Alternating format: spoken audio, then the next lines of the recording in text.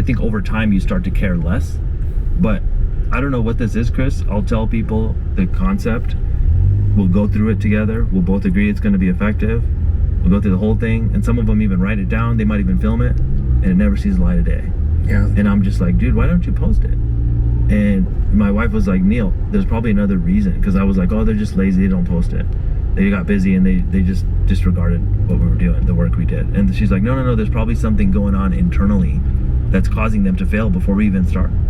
Yeah. And I don't want to get like too woo-woo, but you know what I mean? Like there's something there. That's not woo-woo at all. We have to fix that first. Yeah, there is a psychological need for safety, and we don't feel safe when we put ourselves out there. So that all of us have done things we're ashamed of, that we have guilt over, all of us. And I think of some of those things myself, I'm like, ooh, who is that person? And it's that shame and guilt that hopefully for many of us, that prevents us from doing that shameful act again.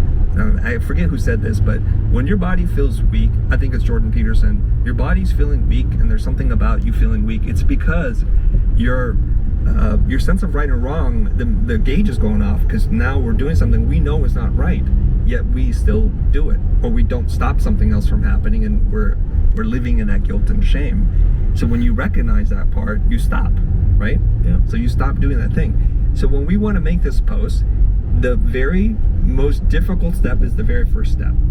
So you can outline the plan. You give a 7-step plan. Step 1 is a very small thing to you or I.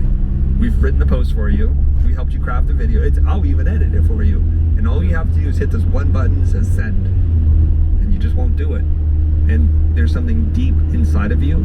It's mostly fear. Fear of, I'm not important enough. Why would I write this? Who would want to listen to this? I have nothing to say. Is that imposter syndrome? Yeah, there's a little bit of that. And there's sense of worthiness. And a lot of it is baked into our the way we were raised as children.